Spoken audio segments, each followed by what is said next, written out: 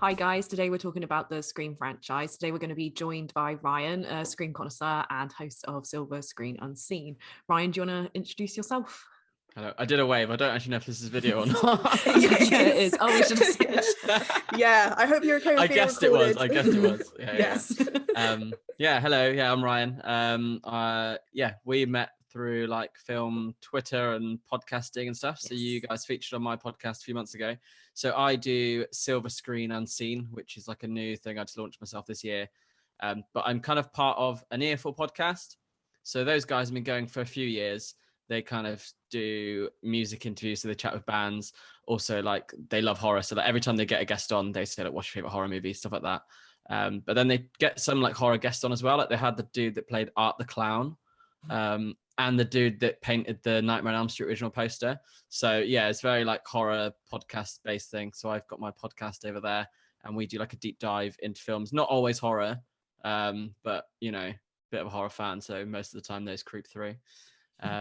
And yeah, excited to come on here with you two and talk about Scream today.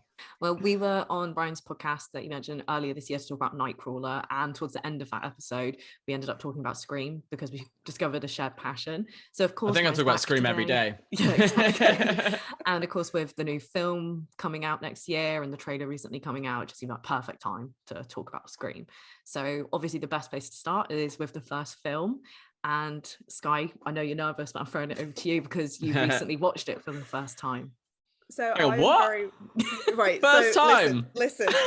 Okay, I am very much prepared to be the third wheel in this episode today because even in the Silver Screen podcast, when like you guys started talking about it, I just kind of like took a slight little backbench because I didn't want to get called out.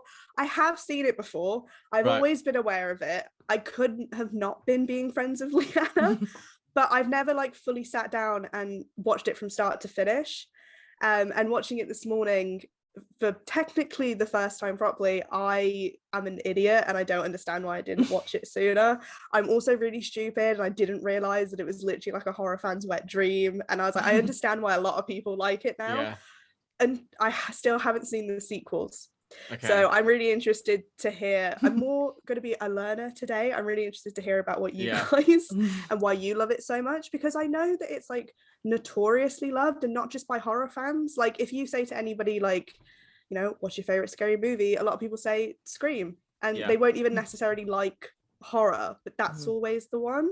I even think people that aren't massively into horror will say like, oh, I like Scream, but it's not really horror, is it? And I'm like, it's exactly horror. It's just like because they're not that into horror, they kind of think there's got to be like, you know, blood, guts and gore and jump scares and stuff. And obviously we all know it's not. So I think that's why Scream does cross over like to different areas. That was my like quote unquote issue with it for a long time. It's not that I didn't like it. It's just that I had been told that it wasn't like a super serious horror film, and not that every horror film has to be super serious, but then I didn't realize that people took it seriously in the fact that they liked it. I thought it was the kind of thing that people liked ironically, or because it was super campy and cheesy, people liked it. It also got ruined for me because at a very young age, I was shown, I think, the first Scary Movie film, and I was even too young to realize that they were parodies. So for a long time they were always like confused in my mind, and I didn't know if it was meant to be taken seriously. I think I was the same though, to a degree. Like I always knew Scream was a horror film. Before I saw it, I assumed it, like growing up as a kid, I was scared of everything, so I wouldn't watch things like this. But I remember starting to watch the Scary Movie films, and obviously I knew those were parody, but I thought, you know, Scream was quite a serious horror film. So I think when I actually first ever watched it, I was quite taken back. That I was like, oh, this is quite easy watching. I can get into this, despite still at that time, you know, when I was like 9, 10, I was scared of everything. Like there were certain bits in Jurassic Park I wouldn't watch because I was too terrified. And now it's like, I love it so much. Yeah. So I see what you mean about like, kind of like it kind of is ruined. Like we had this discussion the other day on our podcast chatting about The Exorcist for the same reason of Scary Movie 2. Kind of ruined The Exorcist a little bit, but then I think so I'm with you there. It's hard. It was hard to take it seriously even watching it this morning, and I know not all of it's meant to be taken seriously, but especially in say like Scary Movie where certain scenes get parodied, and some of it's like, this actually wasn't parodied, it was just taken like script for script and put in there. Speaking of this, me and my sister saw it in the cinema the other day, right? And we grew up loving the Scary Movie films, and she loves, like, you know, she loves Scream. we kept laughing to ourselves at every moment that would be parodied in Scary Movie. Yeah. So like the bit when they call Sydney to the principal's office and the cops are there going like, isn't she the daughter of oh my the God, one and yeah. only? We're just sat there like laughing, expecting this, and like when Gail and Dewey have those interactions, we're just like, I can't not think of that film. Because I was meant to go watch it in the cinema. I was so annoyed. I booked tickets to go watch, because obviously it's the 25th anniversary, is it? This is coming from a complete ignorant person, but that's why I know it's in all cinemas at the moment. And I was really excited because I was like, you know what, the first time I'm going to properly experience it, seeing it in a cinema, I'm hoping maybe it will take away that kind of Scary Movie association with it a bit. And unfortunately I caught the dreaded lurgy that's going around the UK at the moment, and I couldn't go, but I did still enjoy it watching it this morning. I remember you told me the other day that you couldn't go to the cinema, and I was like, oh mate, gutted for you. Like, I know, yeah, I really was. And now I know that would have been your first time. Yeah, even better. In a selfish way, I'm like, I would have been so jealous if you got to scream in the cinema for your first time watching it. It was obviously just not meant to be. Yeah, I think it's revenge for not watching it sooner. I think as well, like, I might have enjoyed Scream so much when I first watched it because I wasn't exposed to Scary Movie. Like, I avoided Scary Movie because I thought it looked stupid. So in that, I was saved and enjoyed a lot of horror films. Yeah. The amount of people I know that can't take, like you said, The Exorcist seriously, the Saw films, The Grudge, so many like classics that so many people are only introduced to through the parody version. That's crazy to me. But I find really interesting Scary Movies named after the original title of Scream. Yeah. You mentioned about Saw and The Grudge. Those are in Scary Movie 4 and onwards. We don't talk about those. No. Oh God, I didn't even realize I was going to get called out for like Scary Movie knowledge as well. I really should have prepared for this. Well, I think one thing that is brilliant is the fact that Scream in itself is a parody, isn't it? And I think that maybe was lost to people because of Scary Movie, but Scream itself is such a parody of slasher movies. It basically reinvented the genre, and there are so many things it did in a unique way, which I think are thanks to Wes Craven. And Skye, of course, you like Wes Craven. I'm sure you do. Nightmare on Elm Street and such. And Ryan, do you enjoy a bit of Wes Craven films? I do, yeah.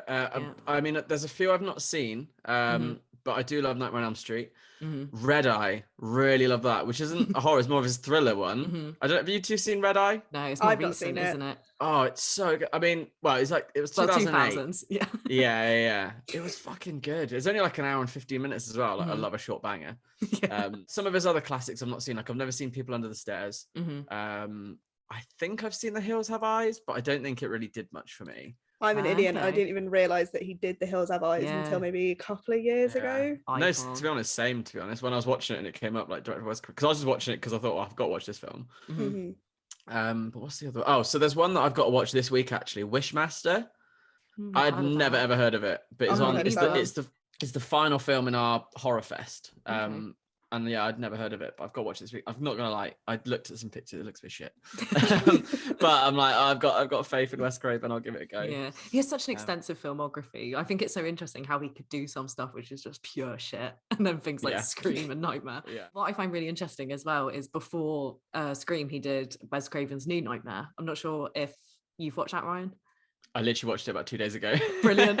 Like not even for the first time. Not for the first time. I was showing it to my sister because she's only just getting into like I'm temporarily living at my sister's house, and she knows how much I love horror. So she's like, let's watch some stuff. So I was like, you've never seen Nightmare on Elm Street, so we watched the first one, and then I was like, don't worry about the sequels yet. Let's jump to New Nightmare because I've told her about the concept, and yeah, I love that. Just to jump a little bit ahead to Scream 5, I was really hoping that Scream 5 would be a New Nightmare take. That's genius. Yeah, but obviously it wasn't. So like when the trailer dropped, and like I've been waiting for because I heard this rumor like years ago, so I was like expecting it, like really hopeful for it. And I remember my friend being like, just don't keep thinking it because you're going to be disappointed when it doesn't happen. So as soon as it got to the trailer, and then you hear like she says like, or Dewey calls up Sydney, and I'm like, it's not going to be that. But to be fair, even I was surprised that they didn't do that, because I don't know if maybe I've just seen like you tweet about it before, or maybe we mentioned it when we were on your podcast, but you brought up the fact that, you know, the new one could be like a New Nightmare kind of situation, and that even got me intrigued as someone who hadn't really seen the films properly yet, because New Nightmare is probably unironically my favorite Nightmare on Elm Street film. I just think it's so good, and I always love stuff like that anyway.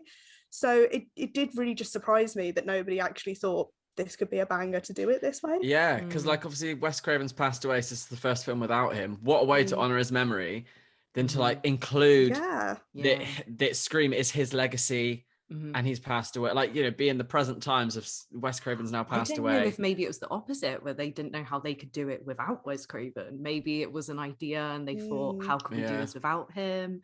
But I have heard that the new, I mean, we'll talk more about Scream 5 later, but I have heard that apparently this one won't be meta, which really disappoints me because that's my favorite aspect of all the films. Maybe that's where they said they'd honor his memory by not doing what he does. I don't know. Potentially, yeah. That doesn't sound like a good thing. Well, yeah, I said that and I was like, this sounds dumb. Well, I mean, I guess that at the time of Scream's release, being meta was amazing and unique and really stood out. But I guess now it's become a bit more run of the mill, you know, like Cabin in the Woods and Malignant and stuff like that. It is becoming a bit more of a trope now, so I guess it's almost better in a way to be a sincere slasher film, but who knows? I mean, we have to wait and see. We'll see. One thing I did hear about the trailer drop in, they did say that that's like the tip of the iceberg. That was one thing I was a bit worried about with Halloween Kills. I was like, they've given a lot away in the trailer. But to be fair, I saw it the other day and I thought there was a lot more to it than was in the trailer. But we're not here to talk about that today because go on phrase about that one. But yeah, I'm kind of hoping that, like, because at the moment we really have jumped to Scream 5. Sorry about this, but like the trailer does look kind of standard slasher 20 years later or whatever you want to kind of do. I do have confidence there's going to be some big kind of twist turn in it to make it a bit I have my theories. I think we'll share them later. Yeah, I really want to hear those for the end. As we were saying about Scream 1, it's completely unique. Wes Craven's fingerprints, blueprint, not fingerprints, all over it and such. I want to share some trivia from the first film. I think Skye kind of researched and found the same ones as me. The Skye film starts, we don't see the same ones. I was gonna, like, don't worry, I've like left the trivia notes kind of like more on your side today because like I don't feel like I can have too much of a voice with this because I don't have the same connection. So I won't be interrupting anybody today like I did on the other podcast with Ryan where I just gave all away the fun facts. I forgot about that. I listened to it about a month ago as well, and I was like, I forgot. It's funny. So did I, and every time it happened, I just literally just like face palming, and I was like, oh my god, shut up. That's so cool. So I was just going to say that it was heavily inspired by Halloween, which I think is fantastic, seeing as that's the first, like, well, arguably the first modern slasher. We could say Black Christmas, but anyway, there are lots of moments where Ghostface is, you know, framed like Michael Myers in the bushes and such. And then to also reference that, the kids in one scene on the porch when they're talking about how it's something like out of a Wes Carpenter movie. I think that's one of the brilliant little references in the film. Yeah. I love to think that maybe some people watch it and don't realize that. I don't know how you couldn't, because it's such an obvious reference. Wes Craven was so open to referencing himself in the scene in the school, the janitors like shouting. Fred the janitor. Freddy Krueger jacket, jumper, brilliant. And another thing I actually didn't realise till earlier today, Skye already knew, was the neighbours in the beginning of the film called the Mackenzies. I never even clocked that that's the family that they are babysitting for in the original Halloween. They're called the Mackenzies. I thought it was genius. Is it Lindsay McKenzie or is it because it's Tommy Doyle. Is that a name, Lindsay McKenzie? Is that right? I couldn't tell you off the top of my head. Or is it? I mean, because I need to not make sure I don't spoil Halloween Kills. I don't know. Carry on. I didn't know that connection. There is what I should be saying. I have a bit of probably an ignorant question, but I would really like to hear from two of like the biggest fans of the franchise. Ghostface as like the iconic costume and character, did he or did he not exist before the film was made, or did the film create him? I think it was already a standard costume, wasn't it? But yeah, go ahead. Okay, because I wasn't sure. Yeah, because it's called like Father Death or something. I think it is just a random costume, but like it wasn't like a popular one, or obviously it wasn't popular until the film kind of thing. I don't know if this is just people that put things together, and I don't, you know, when there's like trivia that you don't know if it's actually true or not. But you know the famous photo, the Scream. Yeah, the painting, that one. Yeah. If you kind of look at the face of it, it's kind of the shape of the mask. Well, I've heard that apparently it had some inspiration. And the only reason I was also asking is because when I was looking through some of the trivia, like I was really just skimming through because I knew Lyanna would have us covered this time. But like they talked about how they were worried about like some of the design that went into it and how they had to change like the way the mask was or whatever. So I was just curious, because obviously of how long ago it came out, if like the costume then became just so iconic because they used it. And I mean, either way, I actually find it interesting if they made this plain Halloween costume really iconic, or if they created one that was so iconic but yet you could just think it was like a dollar store kind of costume. I think it works so well to the film's advantage though, because at the end of the day it's just two teenage boys, isn't it? They're just trying to cover themselves because they're both the killers. I think it works so well in the film's advantage, and then because it's such a cheap costume, you can replicate it so well, which you even see in the beginning of Scream 2. People everywhere dressed as it. You get like a free one in the cinema. Yeah, exactly. Yeah. And I mean, like, I'm sad we're all too young to have experienced that era of being given free stuff in the cinema, because like the beginning of Scream 2, when they're watching Stab and they're all being given props, like that would have been amazing. Yeah, they get like a whole costume. Yeah, it's so good. I think the only thing I've ever had was the Pokemon movie, getting Pokemon cards, getting a Mew card. That's brilliant. I had, when I went to go see, I think they might have done it in a few cinemas, but the only thing I had even close to that is when I went to go see It Chapter 1 when it came out. And we were just sat watching it, and then out of nowhere, kind of like where the aisle is, a red balloon just floated all the way up and then went all the way down, like in the middle of the film. It was cool. In the dark while watching it, not so cool, but it's cool to think about afterwards. Yeah. Oh yeah, they should have done that for it, giving out like red helium balloons. Yeah, that's pretty sick. But yeah, no, going back to the costume. So Matty from an Earful podcast would be the best person to ask this, because he is like the costume guy, because he knows all about like the copyright of the masks and why they had to change it in certain bits. Oh, that's cool. So he can watch a bit and be like, that's the mask from this part, and knows all about that's it. really cool. And you asking that question a minute ago of whether the costume was made before or after the film and me not knowing the answer, when he listens to this, he's going to be screwing, because I know he's probably told this so many times.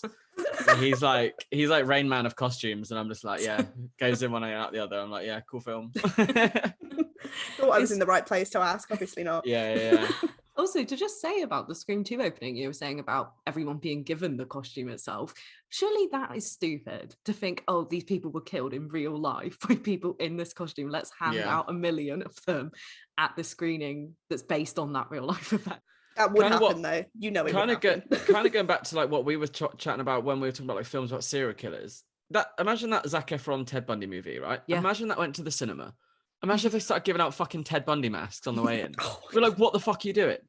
And it is that, isn't it? Because if you think about it, in the fictional world of Scream, that's a real serial killer. And they're like, fucking hell. Maybe that's a whole, like the whole conversation we had about like glorifying serial killers and stuff. Maybe that's what fucking West is calling ahead of its time. I really do think he is though, because when you think about the fact in the beginning of Scream 2, she's so uncomfortable, isn't she? All the news pieces and people calling her, and people are wearing the costumes even in the first film.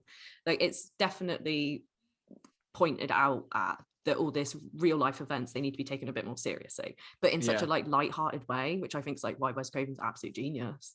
Never makes it, too much for people. It's not too in your face. Like if you really like kind of analyze it, you're like, holy shit, it's even just our perspective, like he could be saying this. He might not be. He could just be saying, like, you used to get free shit in the cinema. Here's some cool fucking... Yeah. But when you kind of put it into, like, the real world and look a bit deeper, you can find those other things. Definitely with Wes Craven, for sure. I really appreciated as well in the second film, because obviously we're moving on to the second film now.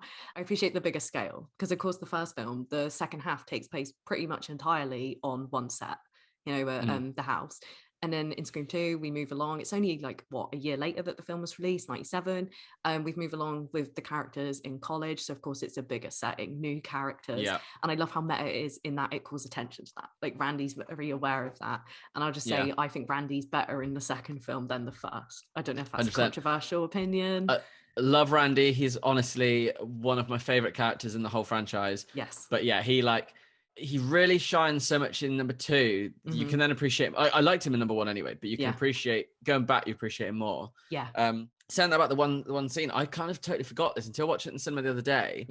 When they go, because it's the first night of their like lockdown type thing, isn't it, when they get the curfew and they all go to the party at Stu's house. That's like halfway through the film, I swear. And that's where the rest of the film takes place. I kind love of like that about it, because so much goes on. I kind of forgot that. Yeah.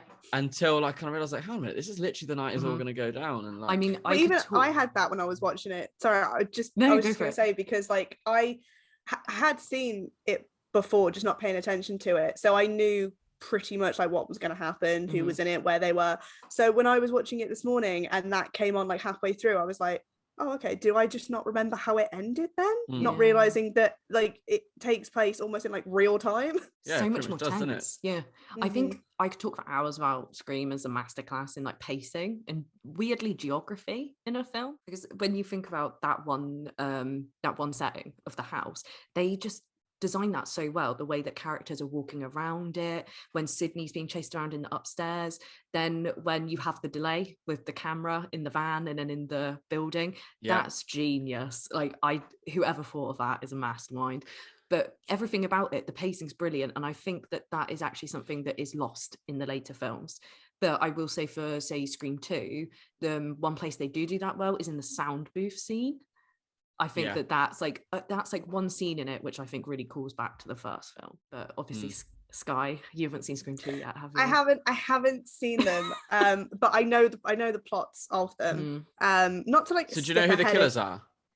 Yes, apart from. I didn't want to spoil. Don't worry about spoilers. Like I was going to say, you must know it all, mustn't you? Oh yeah, one of the things I was really curious about, and like this kind of upsets me, and I've done it with so many, especially horror films in the past, where like later on in life I've actually sat down and really watched them, but because I already know the plots and the ins and outs, I don't get the same like shock value from it. So like for example, in like the first film, finding out who the killers were, I can't decide whether or not that was actually done well or not, because I always knew who they were. I had this conversation the other day. It's really interesting because I remember I watched it so young that I was at the point where I was just taking in what it was. I wasn't even guessing who it's going to be. So then you find out who the killers are. So when I go back years later watching it, so like, again, just going back to watching it in the cinema the other day, I think watching it on the big screen really let me to like fully zone, because I think I've watched it so many times. If I put it on now, it's a film that I put on and probably play on my phone or do something, but I'm still watching it.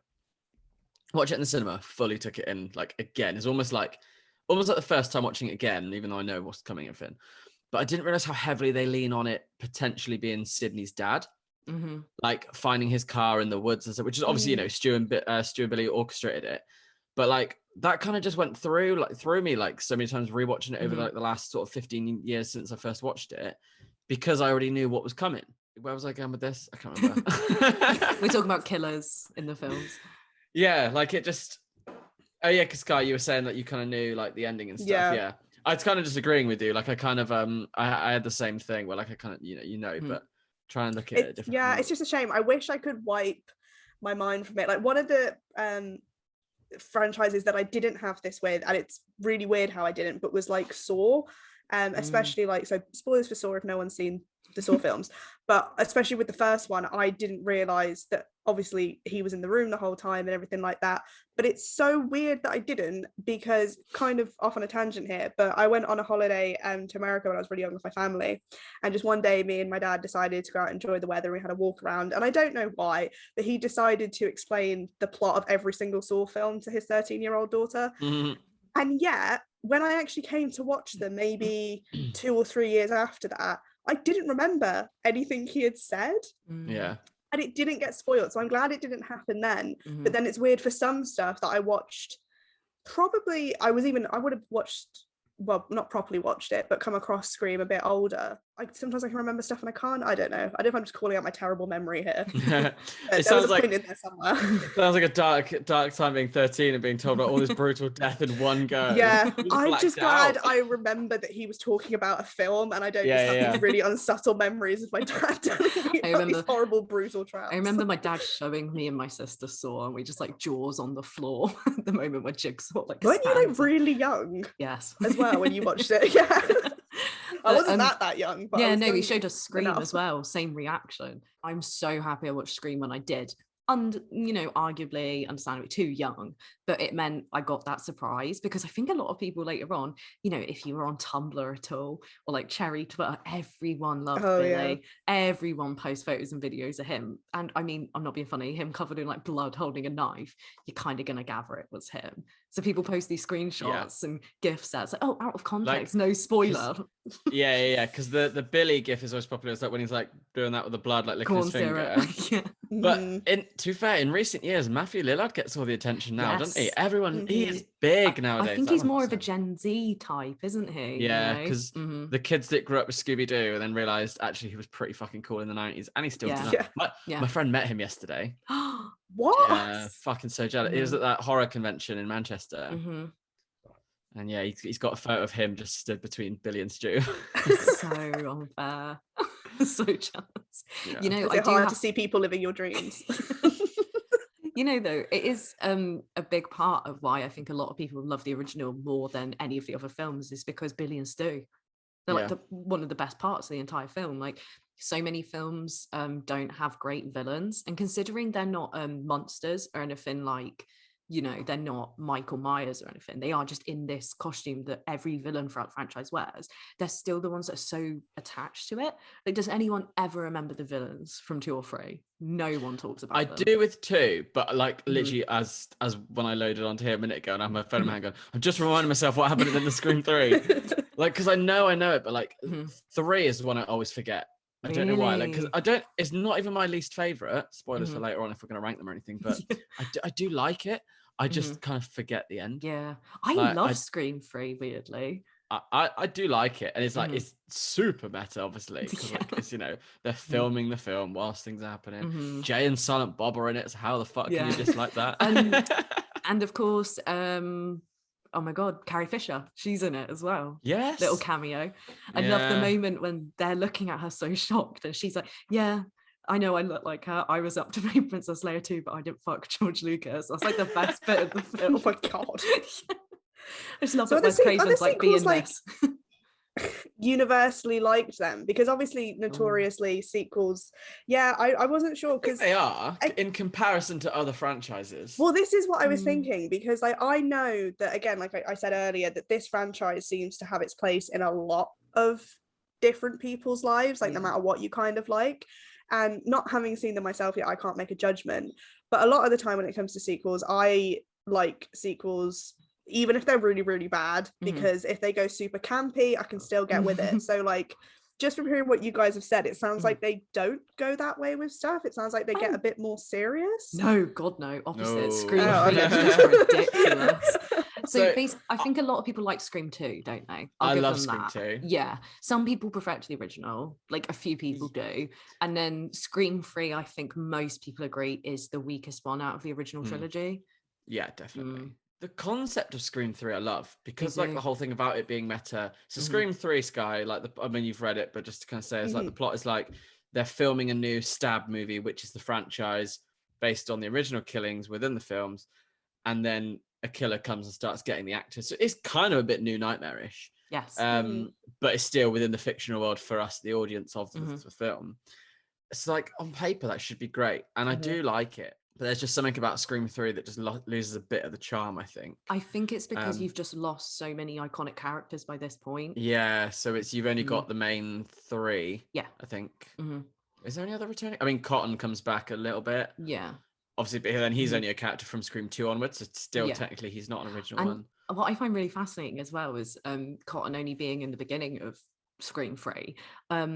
I don't know if you knew this, but when the trailer for Scream 3 came out, obviously this is like a huge event, beginning of like internet forums and such. So people were dissecting second by second of the trailer. And before the film came out, like everyone's like, he'll die. He'll die in the beginning. He'll be the first one, because people just like dissected the tiniest thing. Like, he's wearing the same outfit in the entire trailer. He's only ever in that one room. He's going to die. He's going to be the first character. But like, that's genius. People do it today, but to hear that people got so meticulous off of one trailer on one forum. That happens all the time. So I remember, literally going way off of horror here, but Jurassic World Fallen Kingdom, they kept playing into it that Jeff Goldblum's back. Yeah. But I was like, I've watched the trailer. They've used the same little one line over, like, he's not, I was like, he's going to be in that one scene and that's it. And I was right. Yeah. Like, you think whoever was who was putting the trailers together might have realized that. Yeah. Like. Yeah. They've only got so much to work with, though, if they are in that one scene. True, but then why? I'd rather just leave it as a secret. I was going to say, why show it at all then, if you've only got a little bit? I guess the actors want to show they're in it. True, but surely, as like an iconic character, so Cotton's character, I suppose you kind of, I don't know, he kind of like was still relevant within the storyline, and you know, him being killed off quite early like fits within the new film. It kind of sets up ready for the new film. But like in terms of sometimes when they do just put a little snippet in, like I said, like Jeff Goldblum in Jurassic World, I would have rather have been in the cinema already going to watch it, because let's be honest, it's a fucking massive franchise. It's going to make the money. People are going to go see it, and then get that moment of being like, holy fuck, it's Jeff Goldblum on the screen, and then that's it. And then you're like, that was a nice little touch, rather than building up the hype of they're going to be in it, you know. Yeah, nothing's ever left a surprise anymore, you know. Yeah, even then they couldn't do it, and this is something I'm a bit scared about with Scream 5. I mean, we'll talk about Scream 4 now, and then we'll go on to Scream 5. But even with, say, Scream 4, they did it massively. You know, remember the trailer for Scream 4? Everyone was losing their minds, and they had so many. Even I remember the trailer for Scream 4. People Like, I remember the hype that crazy. came around it, and I the wasn't cast even that involved. were in it. Oh, it's just nuts. But I mean, unless you have anything else to say about Scream 3 in particular, other than the cast and such. I feel like we kind of ran through Scream 2 a bit there, but I can't remember what I was going to say. But I know, jump back to Scream 2. I do love Scream 2. I think I actually said maybe on a podcast with you guys that I was like really struggling to decide if I like Scream 1 or 2 more. Thinking about it now, definitely number 1, because over the last few months, especially since like I've been getting like these horror tattoos and I've got a Scream tattoo, so many people are like, what's your favorite film? And I'm always like, oh, I don't know, there's so many. I always end up going, do you know what, it's probably Scream. And this year, so it was with the hype of Scream 5 coming out, I've like really invested more time into it and thought more about it. And like, yeah, I definitely think Scream 1 is absolute fucking perfect. It's probably one of the few films, especially probably one of the horror films, I'd give a full 100% score to. Scream 2 is very good, but I could kind of see the flaws in it in some places. There's a couple of cheesy moments, like let's not talk about the singing in the cafeteria bit. And then like they're like with the drama things on stage, there's a few moments that were just a bit like, not as cool. But I do love the reveal of the killer. Yes. And how that kind of also pays homage to Friday the 13th. Yes. Again, being very meta and aware of horror. I really like as well, because obviously they reference Friday the 13th in the beginning of the first film as well. Yeah. They're nice tie together. Yeah. And then, as I said, with Scream 3, I do like Scream 3. It's definitely the weakest of the franchise because it just loses a bit of a charm. I can't even work out what it kind of is. It just doesn't feel quite the same. And I, to be honest, I think you've hit the nail on the head. I think it's just the fact that we've lost so many of the original characters that made us love the film. It's now we're introduced to more new characters than we've got characters we already know. So that always feels like you're kind of forcing it a bit. And then, as I said, I always forget who the killer is in Scream 3. I kind of I can't quite remember what their motive. I can't remember who it was now, but I can't quite remember what the motive was. He's sorry, Skye, are you listening? Do you mind? She's already read the plot. I already know. I have. So, I've got the synopsis. I know what's going on. So, you know, they make out like Maureen was used. She went off to Hollywood. She was one of the young women that was discarded. Like, I love that they go into that because obviously that's a very real thing. Yeah. Really do love Wes Craven went into that. And then the whole point is that he was Maureen's first child who she discarded. And then he goaded Billy and Stu into killing her. And then he goes after Sydney as well. He's like, you had the life I should have had. And I think that's why I kind of forget it a bit, because I feel like they tried a bit much with all that. Yeah. To try and make it that he's kind of, I feel like they kind of, it's a cool idea, which maybe if they'd maybe dropped a couple of things and worked it in a slightly different way, built it up a bit more, rather than just being a killer walks into the room at the end of the movie, reveals all, dead, happy days, roll credits. They could have done it a bit. I think they just needed to do the reveal of the motive a bit better in Scream 3, and that would have made it a bit more memorable. And maybe if there was like, if it was more of a planned trilogy, if there had been things leading up to this, like in Scream 2, if like there was some note that Maureen was an older mother, so like you don't know what happened in her life before she settled down, but it just comes out of nowhere, doesn't it? So it doesn't work. Fully does, and that's what like they are just desperately trying to like make a shocking moment to end, because at the time that was just going to be the trilogy. Yeah, of course. But yeah, and as they say in Scream 1, you've got to have a motive. And I mean, there is a motive. It was just rushed. So I think that's where it falls a bit in Scream 3. And but I still love it. Yeah, I have a soft spot for it because it's so silly.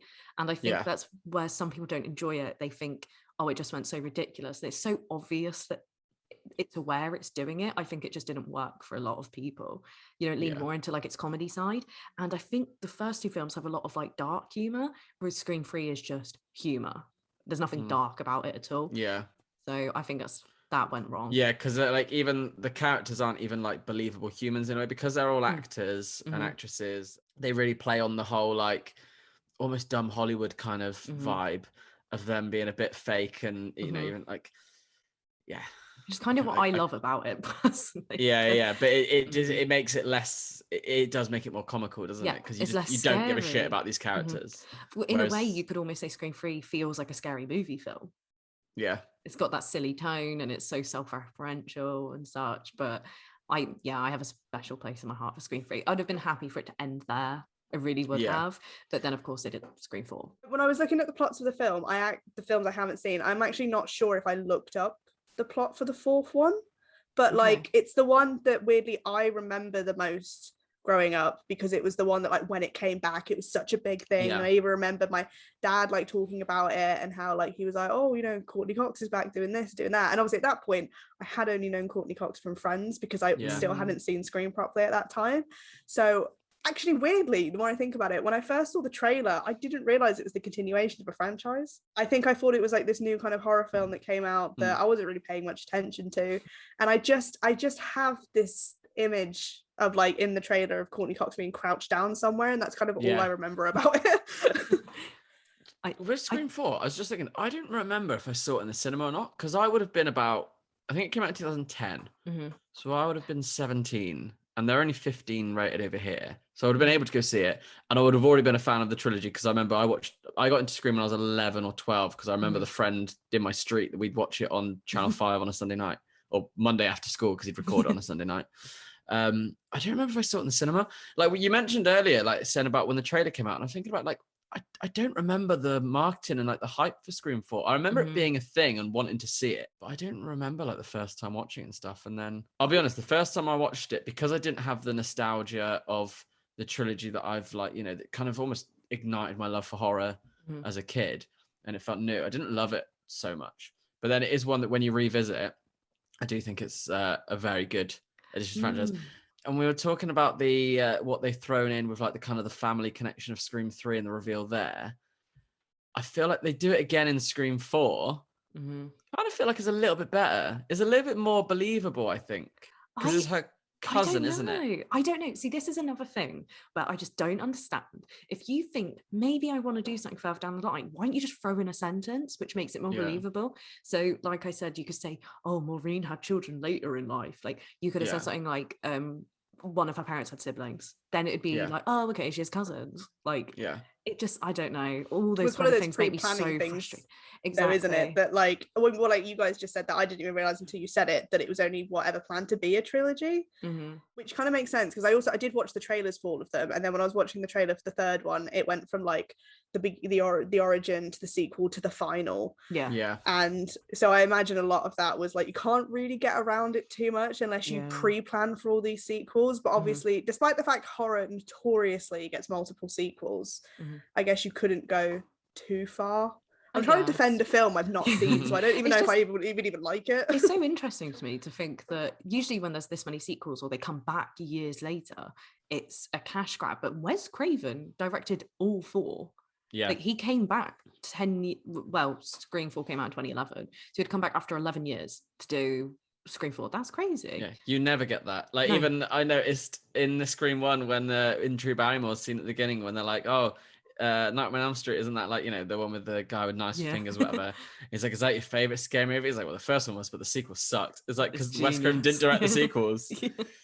But I thought about that the other day. It's so rare that the whole, like, I mean, with Scream, you'd call it the team. I'd be like, you know, Wes Craven, Nev Campbell, Courtney Cox, and David Arquette.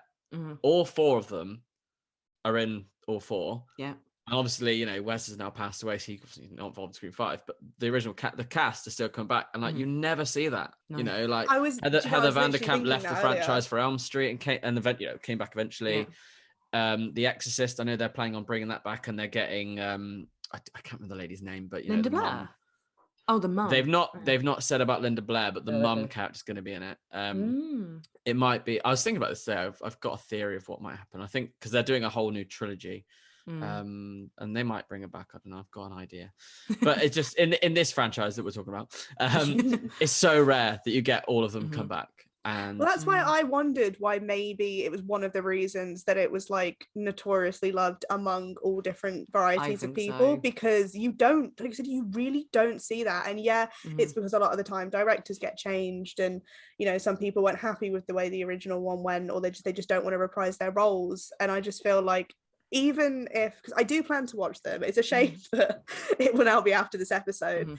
But one of the things that really intrigues me is having those constant characters. Like, I love character. I'm not saying that they necessarily do it, but character growth and character arc is like one of my favorite things in anything. And to be able to watch these characters throughout the years, especially over this amount of time, it just sounds so interesting. Like, that's enough to hook me into the franchise without knowing anything else about it. I think that's why they still feel like Scream films. Like, even if they feel different and some aren't as good, they still feel like Scream movies. Whereas you would watch like a later Friday the 13th or Halloween, and it just does not feel in any way related to the original. This has that strength, I guess. Yeah. Well, I mean, like, yeah, because with Halloween, they've like, obviously they've done so many timelines where, like, you know, Laurie was killed off. Yeah. You know, they'd have Michael there. Or I mean, yeah, Halloween 3 didn't have Michael Myers, but that's kind of his own isolated film. But it'd be like Michael Myers and then a whole new cast, and you're like, I don't give a shit about this cast. Yeah. And that's the good thing about Scream. Like, it just keeps that consistency, and we love these characters. Like, that's what, like, you couldn't have any of them missing. And I think that all the actors know that. I don't think any of them would sign up unless the others were there, kind of thing, you know. Like, completely agree. You know. Yeah, I like that. That is nice though, because it keeps, even if the film is shit, at least you have people that you recognize and you have enjoyed. And it's such and a what's big even deal. extra nice about that, sorry, it wasn't even extra nice, obviously Courtney Cox and David Arquette were married, and now they're not, but they're still, because I think they even divorced before Scream 4, but they still come back for these films, and it's like, I love that, you know. It's professional. It kind of shows a nice, like, you know, I don't know what goes on in their personal life, but it makes me respect them a bit, that they can kind of, you know, put still aside do for this the shit. film. Yeah, I agree. Yeah, when we did like on White Noise, our modern adaptations episode ages ago, we talked a lot about 10 Things I Hate About You.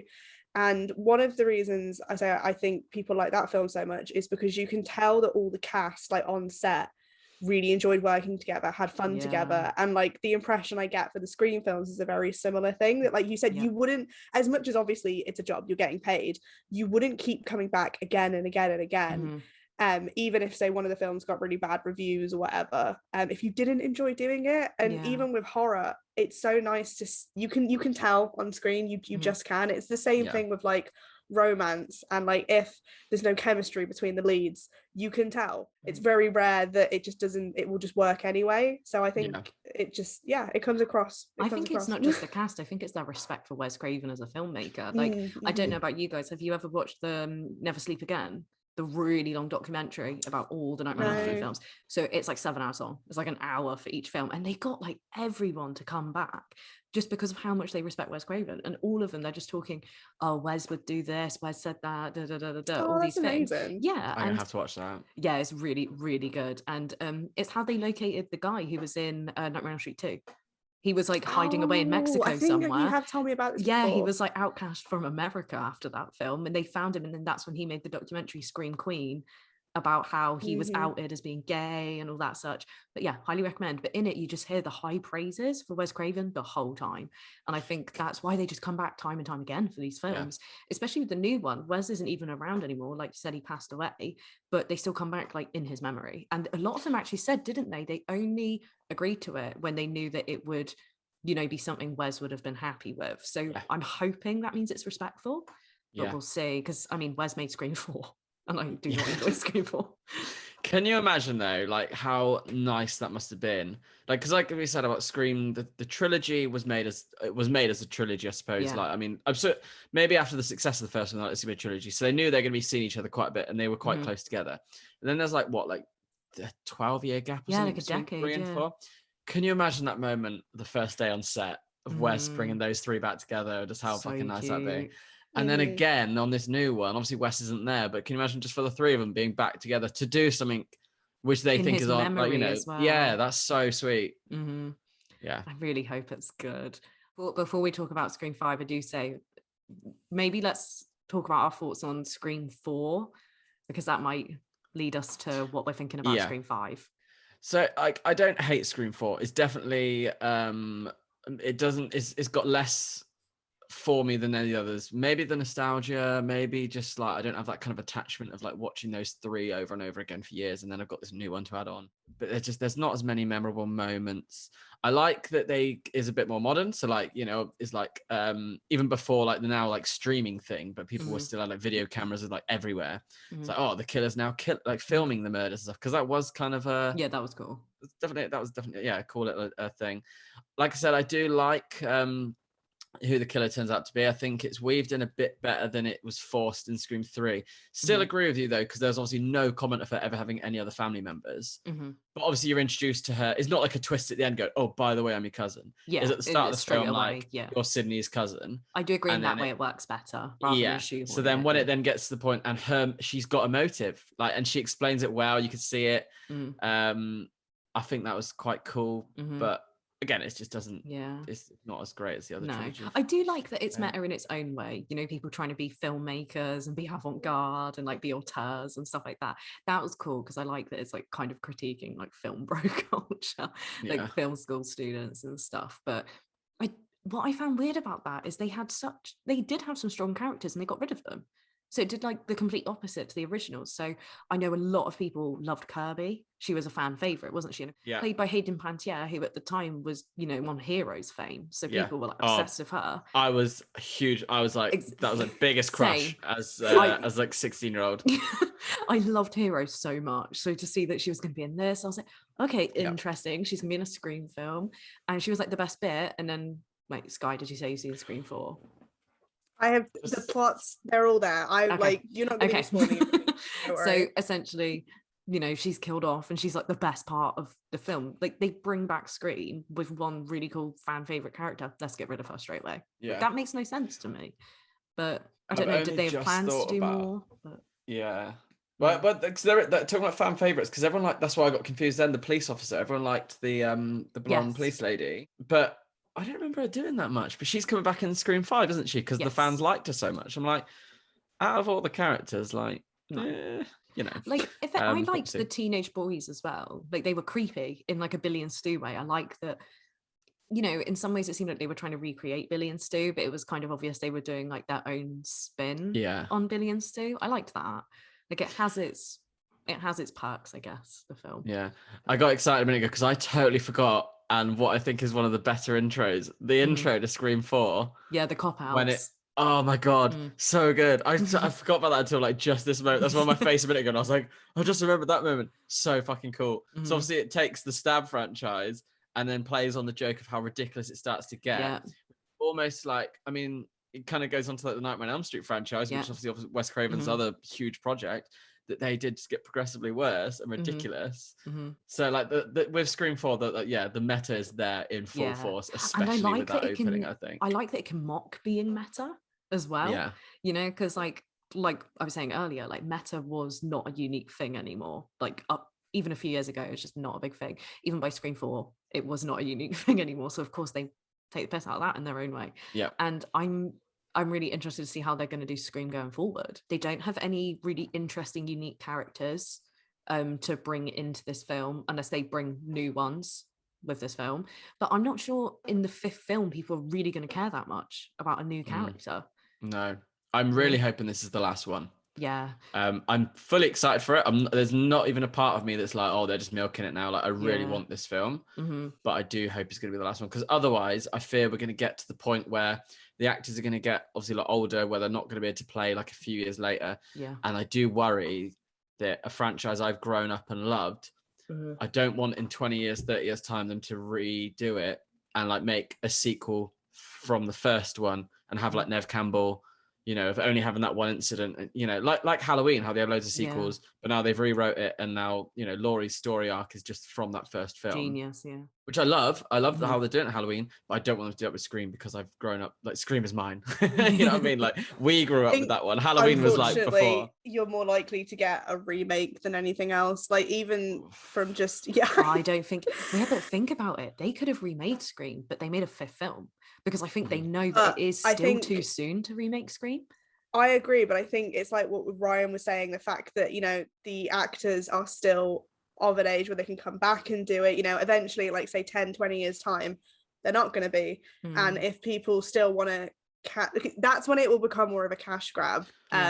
Because it will be people being like, okay, we need to bring this back. There's only one way to do it, and it'll be like what happened with all like the Saw franchise. Like, as much as you might not like say like 1 to 7, at least they all existed consistently within each other. Whereas then afterwards, when like Jigsaw came out, and I haven't seen Spiral yet, but I've seen and read reviews about it, those two stand so far opposite it.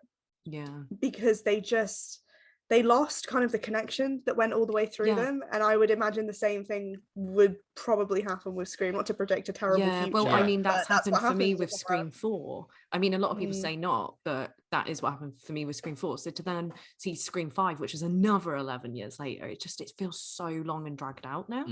But so I've not seen the TV show. Does the TV show exist in the world that we know, or is that technically the remake that they tried? I am not entirely sure. I think it's in a world where there is a Ghostface, because I only ever watched the first episode when it came out, and I didn't enjoy it. So it looks too MTV for me. Yeah, it is super MTV. It's like, if I don't know. Well, actually, no. It's not, I was going to compare it. Like, but it's actually not that bad. It is very much what you would expect like a modern day remake to become, and to very much unfortunately miss a lot of the nuance. From what I remember, I've only seen the first season. From what I remember, it's not actually that bad. But again, this is coming from the perspective of somebody who didn't grow up with like a huge love for the franchise, which would obviously change it a lot. But I didn't then go and watch the next seasons. I wasn't really excited for it to come out. So you watched the first season of the Scream TV show, but you hadn't watched the films. You're a monster. And Look, I was at uni. I had nothing else to do. I had a Netflix subscription. Just leave me alone. Monster. I get really confused with Scream, because the TV show, because there was 2 seasons on Netflix, and then I heard there was a bit of a lost season 3. And I once heard that the season 3 goes back to the original mask. So I was like, do you know what? That's enough to pull me in. But I've never seen any actual images of it, so I don't really know. But also, I think the show was cancelled, so So I can't be asked to start watching something that's not going to be finished. I mean, there's some people who, looking back on it, it's retroactively built a bit of a cult following. So that in itself makes me curious and want to watch it, maybe in preparation for like Scream 5, get more into the vibe again of like more modern Scream stuff. But we will see if I actually get around to consuming that beforehand. I'm going to take a vote now and say you won't. No, me too. I really don't think you will. I don't think you'll be able to put yourself through it, because even if people praised it and said it was amazing and it was like a great tribute to the original, it's just unfortunately, especially when films become series, sometimes people get really excited because obviously you can fit a lot more into them. But then other times it's like, oh, okay, you've dragged on this trope or this theme now because you don't know where else to take it. Instead of like coming up with your own unique kind of concept, you take way too much from the original and stretch it out to a point that it actually becomes boring. I could go on a rant about TV shows, especially like with how Netflix is more popular now, because I'm much more of a film person. There's a few shows that I'll watch, like obviously everyone's raving about Squid Game, watch that, brilliant. There's a few series I do want to watch. I really want to watch Midnight Mass, but I haven't had the time yet. There's so many shows that people are like, you've got to watch this, you've got to watch this, and I'm like, start watching it, I get so bored, because it's structured now for people who are playing on their phones the whole time. I completely just agree. give me a film. Right. I will sit there for 2 hours and watch a film. That's fine. And I don't want it to be dragged out over 7 hours. It's because they make more money, isn't it? No one's going to the cinema anymore, so they're just putting all their money into TV shows, which is unfortunate. But I completely agree with you, and they're all made with the idea that they want to get greenlit for a second season. So endings are never really nice and ambiguous. Like, I mean, we'll talk about this another time, but the ending of Squid Game, it's built to be for something else. And I'm so worried that, say, something like a new Scream film is going to set up for another one. Like, just have a nice, fun, ambiguous ending. Like, that's the people best don't know when to let things go, though, and that's the issue. And that's like, what I'm scared about the new Scream film. I hate to say it, you guys are part of the problem, because fans also won't let go. Yeah, that's true. Don't say it. But I could put myself in that category for a lot of stuff, like, which again, I'm also probably one of the worst kind, because I'll hate it, but I will, like, say there's a new, like, whenever, if it actually happens with the new Interview with the Vampire film comes out, I will go watch it. I know it's going to be bad, I know I'm going to hate it, but I'll probably watch it more than once, because it is the only way I can get like new fresh content thing that I used to like. That's why they're making like Scream 5 now, is because it's existing IP and people want more of things they're familiar with, like you could make a Scream ish film. You could make like a slasher film, someone in a mask, something similar, and it not be called Scream, but instead they're making Scream, because with that, as soon as that name's attached, people are going to go. Yeah. And they'll earn money. All the classics are coming back, aren't they? Because Halloween 2018 did so well, and it was fucking brilliant. Yeah. That everyone's doing it now. You've got The Exorcist is coming back, apparently Hellraiser's coming back. They've just had the Chucky TV series, which, saying I don't watch TV series, I will watch the Chucky one, because I feel like that's silly enough that I'm not expecting it can be yeah, exactly. Yeah. We were literally just talking about that not too long before we started recording, about how we were thinking about like new horror releases that are coming up soon or coming up next year, and the fact that like you could look at the horror in cinema lined up today and then a few decades ago, and it's the same because it's literally the same stuff. And it's like, I understand, especially again as someone who really does like getting more and more content for things that I love. I know why it gets done, and I know that it is for money, and I know sometimes it's for love, but it's like, where is that line? Where do you cut it off? Because I was going to ask, like, as much as you guys are obviously really looking forward to the new Scream film, would you have preferred it? Like, was there a cut-off point for the films where you wish they would have just stopped and let it go? Yeah, the trilogy. And you'd be happy not having a new one? If it was just the trilogy, I'd be absolutely fine with it. Yeah. But I am guilty, because no matter what, if there's going to be another one, like, I would get it. But then it could have been done in a different way, which makes it its existence justified. So like the Halloween films, it's a trilogy, isn't it? The new ones, they've done it in a way that makes sense. It's a continuation, isn't it? It's not an exact sequel, it's taking off immediately from the events. It's kind of placing Halloween in the modern day, isn't it? Which I love. If they did that with Scream, where it was like its own new self-contained trilogy that was attached to the original trilogy, I think that would have worked so much better for me. But obviously that couldn't happen. Made Scream 4, Wes Craven passed away. But if they were being super intentional about it, another trilogy would have been perfect. See, I don't know, because I was thinking about this earlier. The thing with Scream, because it's not one person behind the mask, it can always be anyone. It's such a known case within the film. If it's anyone could pick up that mask at any time and just fucking start stalking Sydney, kind of thing. It can. I think if it was to happen as a trilogy and then leave it 10 years and do another trilogy, I think that'd be a bit more unrealistic than the way they're doing it, in terms of like 10 years later. So this big story that it happened a lot at the beginning. There was a point to it in the original trilogy, wasn't there? Because it was all within that storyline almost. And then years later, like, I suppose it kind of depends who the killer's going to be in number 5 to be able to have this conversation. And with that, we're coming to near the end of the episode. So I think to round this off, we've got to do 2 things. We've got to give our theories for the new film, and we've got to rank the franchise. First of all, what are your theories? What did I think the other day? So, like, because there's so much rumors of Matthew Lillard coming back. Obviously, he's dead, but he could have survived. Let's be honest, it's a horror film. Can survive a lot worse. He had a TV fall on his head, and he kind of electrocuted himself through that. He just a little electrocution. little electrocution is fine. It'll come back a bit fucked up. But in the trailer, it says that all the victims are related to the original killers. So I'm like, why would they kill their own family? So I said this on a podcast the other day, so I'm just going to repeat myself. But this is what my theory actually is now, and I can see what you two think. The killer could be Randy, still alive, because obviously he always had a bit of a thing for Sydney, and he kind of likes the whole cinematic way of doing things, and like he's kind of making his own reboot by going after going for going for the style of the first film, obviously in this fictional mind. And kind of maybe just getting annoyed that he never quite got that attention from Sydney. She's never quite like mourned him the way he wanted her to. Because obviously, I say he's alive and he's been watching her for all these years, but keeping away. Don't know why he would keep away. Then I could sort of find some reason to do that. But like, I don't know. I got this. I had a cool theory of it maybe being Randy. I know it absolutely won't be, because I don't even think the actor does anything anymore. He has a YouTube channel. Does he? I was about to say, didn't he go off the rails or something? But I might be confusing him with someone else. But that was a random thought I had the other day. Of just like, because I was like, is it? I don't know if you noticed this in the trailer, but it's Stu's house is there. Yes, that's the thing I'm most excited about. Like, it seems like it's all building back up to Stu's house. My so following thinking is, what if that's just like a dream sequence? Because that's happened so many times before, where there's like a dream or a memory sequence, and they've included it in a trailer, so people think they go back. That's true.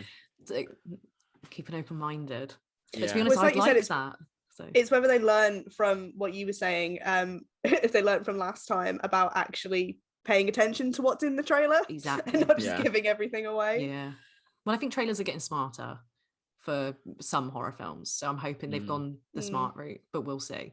my own theory is, I hate to say it, Dewey's gonna die. Oh He's yeah, gonna- 100%. He's so Because gone. there's a certain snippet in the trailer, right, where Gail is almost being held back by what looks like Sydney. You only see the back of her head, and she's kind of like fucking Screaming. panicky, like no. Yeah. And I was like, who else would get Gail like that? Like Gail is fucking stone cold, heartless bitch. She cares for one person. Whether I know it seems like in the trailer they're not together, like, but they're always going to have that thing. Yeah. Yeah. I think he's going to get it. Yeah. I mean, how else are you going to make this one monumental after all the time away? No, I completely agree. Plus, if they definitely have no plans to ever kind of revisit this, which I imagine at this point in time they don't, but like Ryan said before, who knows in like so many years' time, they can completely get away with killing off probably a lot. And I mean, if they really need want to. They've not killed a main character now for a while, so they've got to. And what better than a beloved character? You know, Randy was like a favourite, and then after that it was Dewey, wasn't it? So yeah. If they do kill him off, then, and if they ever do another Scream film, I want it to be a new nightmare, because they have to bring them all back. Yeah, exactly. I do think as well, I think it's not going to have all the interesting stuff everyone's saying. I think it's going to be completely surprising in different ways, because like I mentioned before, apparently this one's not meta. Apparently it's going to play like a straight slasher. So I think it's going to be surprising in that its structure and nature is going to be completely different to what we expect, which is kind of nice. Yeah, I'm very excited, but so nervous. Yeah, me too. But that's a good feeling, I think. Guy, you mentioned about, like, you know, we were talking about all the original kind of classics all coming back and stuff. So someone literally posted in their cinema the other week, it was now playing Halloween poster of Michael Myers, coming soon, Scream, you know. And yeah, I'm a huge Halloween fan as well. I went to see Halloween Kills the other day. And, you know, a big part of me was quite disappointed. I did like it a lot more than it seems like the internet are liking it. But it just builds that nerves for Scream now, that like, fuck, I could spend, because I've been hyped for Halloween Kills for like 2 years, because it got delayed a year as well. I've been so hyped for it, and then it was like, oh, okay. I'm like, please I wonder if it'll 5. be like one of those films though that like you might have to watch a couple of times, because when you go into stuff, especially that with such big hopes, they're gonna get dashed no matter what happens. Even if it's amazing, they're gonna get dashed. So it'd be interesting to hear like people's first reaction, and then maybe be like, actually, you know what, it wasn't as bad as the internet will make it out to be. But my take with all this stuff, and it's the same with like Star Wars and things where people get really passionate about characters, I go into a new film without any expectations of like what's going to happen or what any hopes was. So if they kill off the main character, as long as they do it well, I'm like, okay, you know, I don't mind when stuff like that happens, because it really fucking hits you, and that's what I like getting like physical feelings from films. My issues with Halloween Kills weren't anything like that, because I remember going in going, even if they kill off Michael and there's going to be another film, cool, I'm so excited to see how the hell they're going to carry on. Even if they kill off Laurie, I'm excited to see what's going to happen. If they kill off so I was building all these concepts in my head of like, there's no spoilers, by the way, I haven't like said anything about what happens. I was like, but this is my thinking before I saw it. I was like, I don't care who gets killed off or what, it's how, because I knew it's going to be a trilogy. I'm like, there's another film to finalize it. But unfortunately, my issues with Halloween Kills weren't anything to do with that. It was a bit cringe. So I was like, it's added nerves for Scream 5. But see, I'm like planning to watch it this coming week, so I wonder if it's going to do the same to me. Yeah, we'll chat about it when you're done. Don't go in with too high expectations, but just don't believe the internet is not as bad as. Okay, I'll give it a chance. Kicking off, yeah. So on that note, to wrap this up, if you had to rank the Scream films, the 4 that are already here, how would you rank them? I think mine go just in order. I literally think they get slightly a bit worse. I don't know, maybe I'd probably juggle with 3 and 4 being at the bottom. I'm not sure. Like, I think the nostalgia for 3 holds it higher for me, but then I prefer the killer and the motive of Scream 4. But then Scream 3 is a bit less memorable. Oh, it's hard. Definitely 1 best, like hands down. Easy. I do absolutely love 2. I have to agree with that. I think 1 is the best. Yeah. Oh, really? Yeah, I think it's the best one you've seen. Number 1. It is at the top and the bottom of my ranking. Yeah. I think I have to do it in the order. I think it's 1, 2, 3, 4. See, that's not to put a down on any of them, because like I said, I do like they're all still good. Yeah. See, I have to say the same, and like a lot of people argue with it. You know, they'll put Scream 4 as like the first or second on their list, which is crazy to me. But I'm surprised to see someone who agrees that it's in order. Like, I feel like such an outcast for that opinion. But I guess I do have to agree as well, though, in that 3 or 4 can be interchanged. I've not watched 4 in a long time, So my gut tells me it's at the bottom, but for all I know, after I rewatch it soon, it could do the same. It could be bumped up. But nice to hear someone with the same opinion. Yeah. And Skye, you're gonna have to watch more. I will. I mean, I feel fully educated. I mean, I came into this like already knowing that I probably would like them because they have a lot of stuff in horror I would like. I couldn't tell you why I never got around to watching them. I mean, we were talking the other day about the fact that I somehow had never gotten around to watching the Hellraiser series until literally maybe last week. And I don't understand how, because they now might be some of my favorite horror films. See, this is kind of one of the beauties of bringing things back. It brings people to watch originals. So let's say Scream 5 gets people to watch, the first 4. Yeah, that's why when this Lost Boys reboot got announced recently and everyone's kicking off, and I'm like, fuck it. If it takes you back to the first one, also as a reboot, people need to learn the difference between remake and reboot. They're not remaking the Lost Boys, they're rebooting it. That's cool. Do what you want. Yes, because I was slandering it on Twitter and you were in support of it. I was like, yeah. Shock. No, honestly, I was like, it won't make a difference to the first film. It's not going to continue the story, but it might make a nod to like being in the same town, or like, See, I would have agreed 40 years ago. You know? I would have agreed with you, Ryan, if maybe we had done this recording a week prior, because I've also recently, and I know it's not the same thing, but I've also recently now seen one of the Lost Boys sequels, and I just don't want them to ever touch it again. I don't care what they do. I don't care if it's better than the original. I just need them to leave it alone. That film has scarred me quite a bit. Yeah. Me and my housemate Liam have a bit of a running joke because I've got my Lost Boys tattoos, right? So everyone's always talking about Lost Boys, and I always make a joke, and I've never seen it. I just like the sequels. So we always post about saying our favorite film ever is Lost Boys 2: The Tribe. On that note, to wrap things up, I'll just say that everyone listening would love to hear your rankings of the Scream films and what you're excited about or not excited about the Scream 5. But it was really lovely to chat to you, Ryan. Thank you for coming and talking to us about Scream. Yeah, thanks for having me. I'll definitely get you guys back on my podcast as well, because you two are so good at like going like really deep into like the analysis of films and stuff. I think a lot of people like my friends like know I've got this podcast and they're like, oh, you should do this from that film. And I always have to say, like, without trying to sound a bit like kind of snobby fucking film Twitter, I'm like, yeah, but I'm not just talking about films I like, it's the ones that you can really are worth talking about. Yeah, definitely. And you two were fucking great. So just to thank you. Plug myself as well. We always come out of it thinking we've not talked about enough. If anyone listening hasn't listened to my podcast, then start with whichever film you've seen. But yeah, Skye and Lyanna came on the Nightcrawler one and they were fucking brilliant. So thank you. It was it was a good time. Definitely give Ryan's podcast a listen, Silver Screen Unseen, for sure. But for that's the end of the episode. So see you soon, guys. Yeah. Bye. Bye.